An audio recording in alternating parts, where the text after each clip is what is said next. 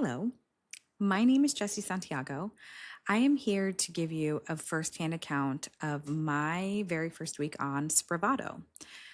This medication is a derivative of ketamine and it is used for resistant depression, PTSD, OCD, and a number of mental health situations. So, a few years back, I was diagnosed with CPTSD, and I've always had pretty medication resistant anxiety and depression. And like a lot of people, I went into learning about mental health to try to understand my own mental health and realized that I still had a long way to go. And I've done almost every kind of therapy you can possibly imagine. I've done ACT, DBT, CBT. I've been in treatment. I got sober. I've been diagnosed with ADD, with autism. I have gone down every single trauma route that I can possibly think of, from meditation to hypnotherapy to IOP, PHP. So I've done it all. I've done so much for my mental health, and I have gone from hell and back to try to find things that work well for me. So at the end of this process, which is now, I realized that I still have some pretty severe symptoms that I don't want to be living with forever. Namely, OCD symptoms. So my OCD doesn't show up in behaviors. It rather shows up in rumination and thought canceling and obsessive thinking. That's the best way I can really describe it. There will be nights that I will wake up with racing thoughts. And to top it all off, I am 43 years old and I'm going through perimenopause. So, also hormonally, there's a lot going on. So, I decided that one thing that I have never done is something more extreme, like ketamine or Spravato. Full transparency, I have a small history with psychedelics. I have worked with psilocybin in a very medicinal way multiple times, and that really has been probably the closest thing that I can compare this experience to so far. So I want to make this not just for people who might find this and might find this helpful, but for me to look back on and to see my progress. So I'm not going to give you the whole clinical breakdown of what ketamine is and what Spravato is and how it works in the brain. But there is someone on YouTube that I really like, and you can find them at Nice People Talk here on the internet, everywhere. And she gives a really good breakdown of all of the science. And she also has her own experience with ketamine or Spravato herself. So watch that if you want to ingest some more content about this. So week one, I just completed week one. I'm about to go into week two. The very first week in my particular clinic, you start off with half dose, I think, which is like 56 grams or something like that. You start off with half dose and just to see how your body tolerates it. And then the second time you're there that week, you go to the big daddy dose, which is I think 84 milligrams. I don't know. 84. That's the number. I don't know why I remember that. I just do. Okay, so I go twice a week, and for the first 4 weeks, you continue that pace twice a week for 4 weeks. My very first time there, I did not know what to expect. I did a ton of my own research, so I came pretty prepared.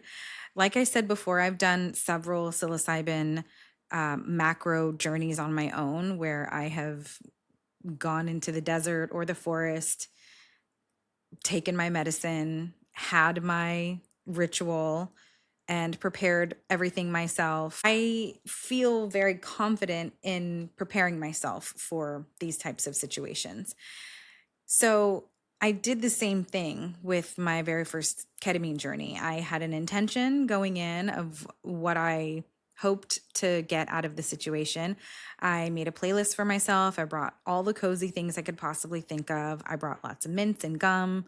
That's kind of stuff I like to have around when I'm doing stuff like this. All the while always reminding myself that I have myself.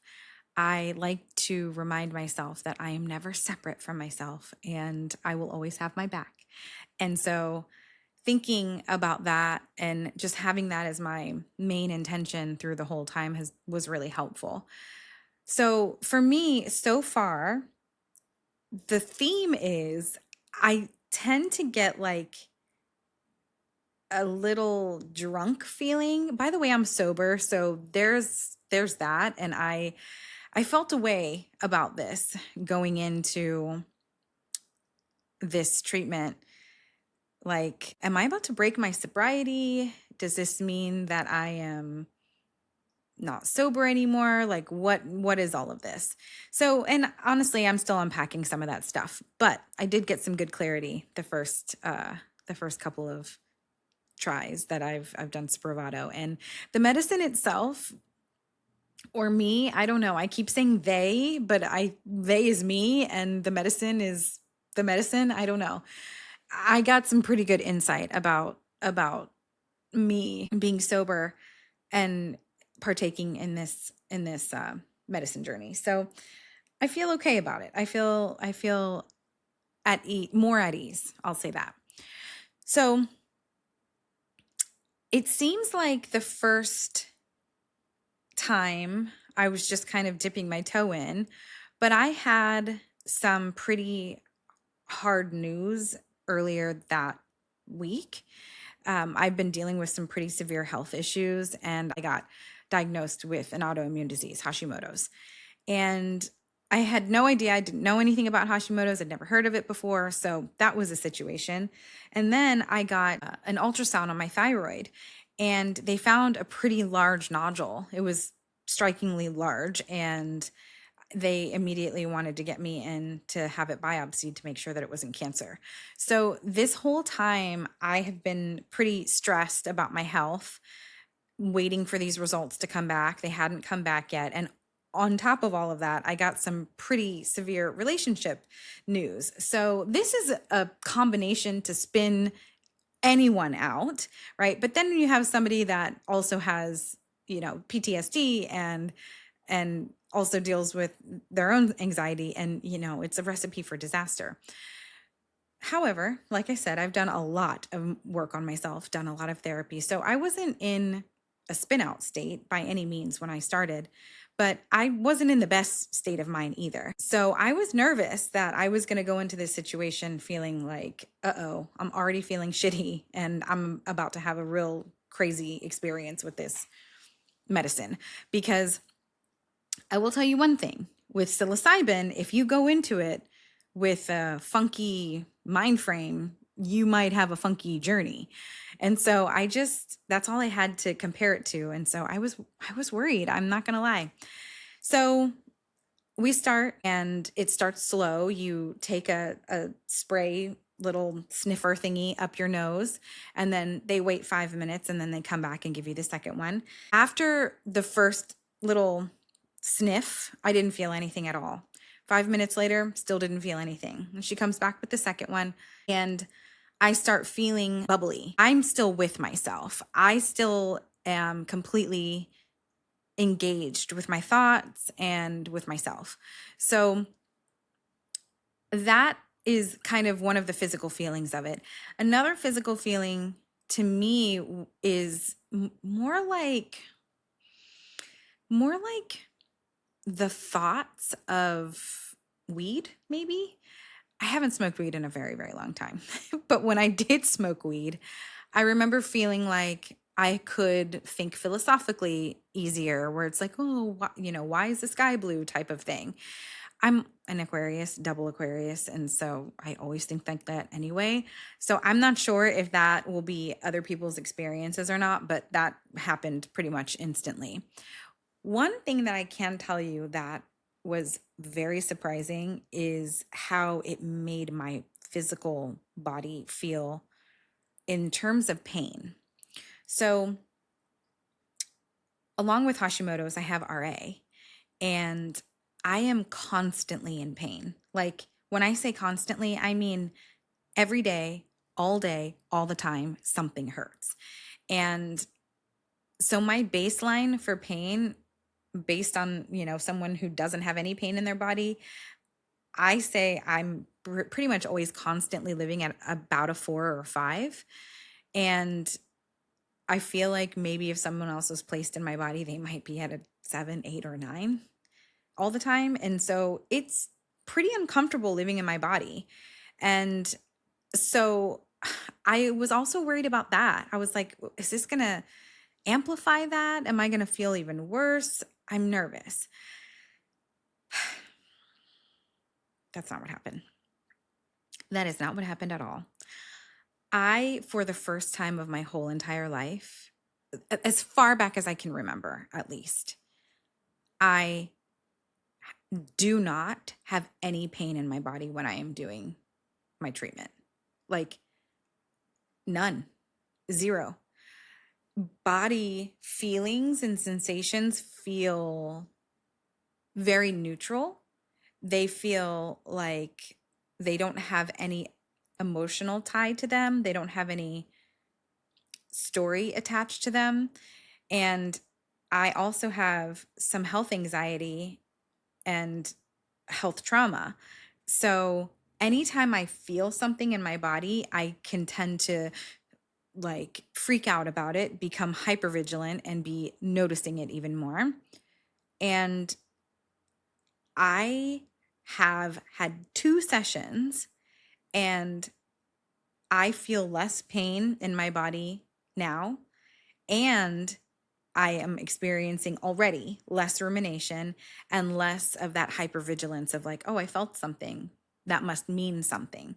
So that was my first download, if you will, of ketamine, is that sensations do not need to have any story attached to them necessarily. Not every feeling, physical body sensation feeling, needs to have an emotion tied to it. And to hear that intellectually from an outside source is like one thing, but to feel it systemically and in your actual physical body when it's coming from you is a whole other bag of worms. And so I think that one of the things that's helpful about this medicine is that I'm not getting any new information so far, but I'm able to take information that I already have and see it and interact with it differently, engage with it differently. Because I've done a lot of pain work in therapy, how to change pain into just simple sensation, how to change pain into temperature or pressure, how to disengage with the pain. I understand these concepts. And when I'm in a deep meditative space, I can get maybe 3%. When I'm in pain, if somebody were to tell me, can you just change your pain into a, hot or cold? It makes me want to fucking wring their neck. I'm not even kidding you. Like, it is so insulting. And so I have a lot of shit around physical pain and how I feel about it and how I feel other people feel about it and all of those things. So this was important for me. This was really extremely profound for me to be able to experience the understanding of that while I was in my session. So that was a gift. That was a huge gift. And the other thing I'm not going to go into because it has to do with relationships and that's personal to me. So I'm just going to keep that to myself. The second dose, which was the same week, remember? So I did my first dose on Monday and my second dose on a Thursday. So on Thursday, when I went back, I was getting the Big Daddy dose, the whole dose, the 84 milligrams. And I was like, okay, this can go any direction. Hopefully it stays the positive, fluffy direction in which I was already at.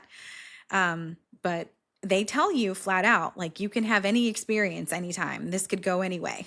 So I was just open for the experience, thinking, all right, like, let's just see. I go in the second time. This time you wait your 5 minutes and then you sniff two. So immediate blast off. Same physical feelings, except for more intense. I'm so grateful that they have those lollipops there. They have these Jolly Rancher lollipops, and I kid you not, they are life altering when when I'm in there. I'm like, give me my apple lollipop stat, because I need it. There's a lot of post-nasal drip thing happening, and it can cause a feeling and a taste that's not wonderful. It's not the whole time. It's just in the first like 20 or 30 minutes, and it can feel a little chaotic because your head's all over the place. It's hard to focus. You have this physical feeling happening in your throat. There's just a lot going on. So it's important for you to know how to ground yourself, and or to have something that you're listening to that will help kind of keep you calm. So I'm, like I said, I made my own playlist. You can do some breathing exercises. You can do a guided meditation. It's really I think it's really important for you to be listening to something that is calming.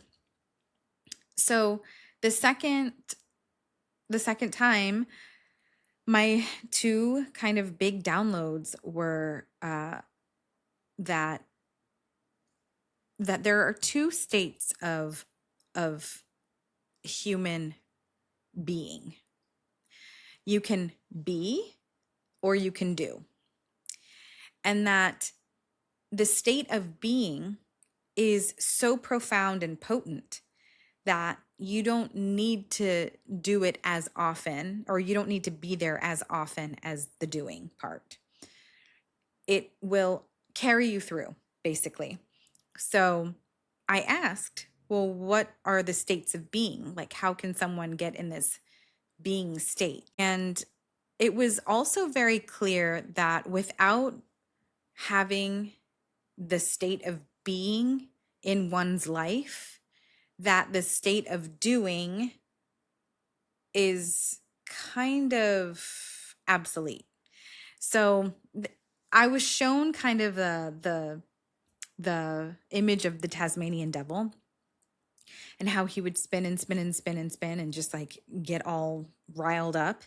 And I was shown the image. And when I say shown, it wasn't with my eyes, it was with my mind. I was shown the Tasmanian devil spinning so much and thinking that he was getting somewhere. But in fact, what he was doing was just drilling a hole, an empty hole into the ground. And he thought he was actually spinning himself into the future, but he was actually just drilling himself into the ground and creating all of this empty space and kicking up all of this dust. And all of this dust was making it so that he couldn't see clearly. And I mean, I'm taking symbolism here. He, me, like, So I realized that being in the state of being is essential to move into the state of doing. And without the state of being, the state of doing is not as effective. It's a little empty. And I think I'm doing something by staying busy all the time, but really it just feels like I'm doing something rather than actually doing something. And so that was a really big point for me, where I felt like, okay, I hear you. Thank you. And I appreciated that. And then the second one that I got was really very personal to me, about my own health journey. And it talked to me. I talked to myself. The medicine talked to me. It took me to a place that allowed me to see like the inside of my body and experience the inside of my body in ways that did make me feel uncomfortable, but I didn't feel unsafe. And it allowed me to be with some of the parts of my body that feel really alien to me.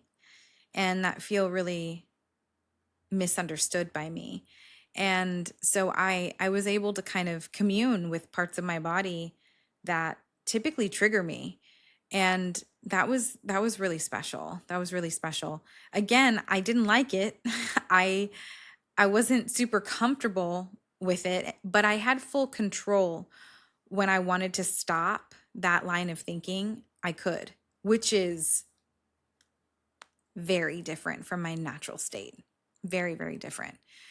And I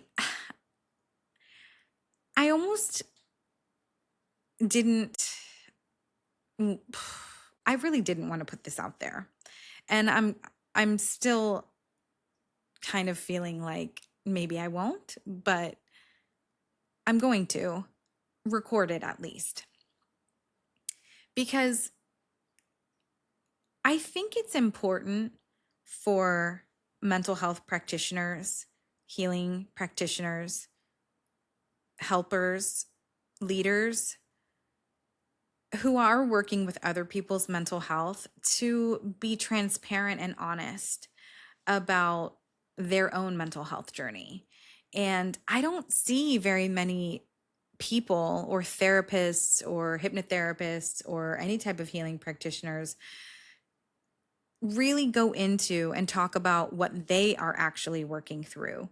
And I think it's part of our ethical duty as healing practitioners to continue our own healing right alongside of the people that we are helping and have our own healing team and have our own journey. Because I am not the type of person that's going to say, do as I say, not what I do. I think that is so hypocritical and it lacks integrity and it lacks ethical nature. And I just, I'm not into that. So putting this out there could potentially harm me in ways that people could say, why is she working with people and their mental health when she has her own shit? But if that is how people receive this, then that says more about them than it does about me. So I'm going to have to just leave that alone. And number two, if this reaches one person that is interested, curious, or just wants to talk about this or listen, I think that just that one person could really benefit from, hearing something like this. There's tons of other people talking about this, but who knows? Maybe that one person will hear it differently this time around. So, anyway, that is my firsthand account. I hope that this is helpful.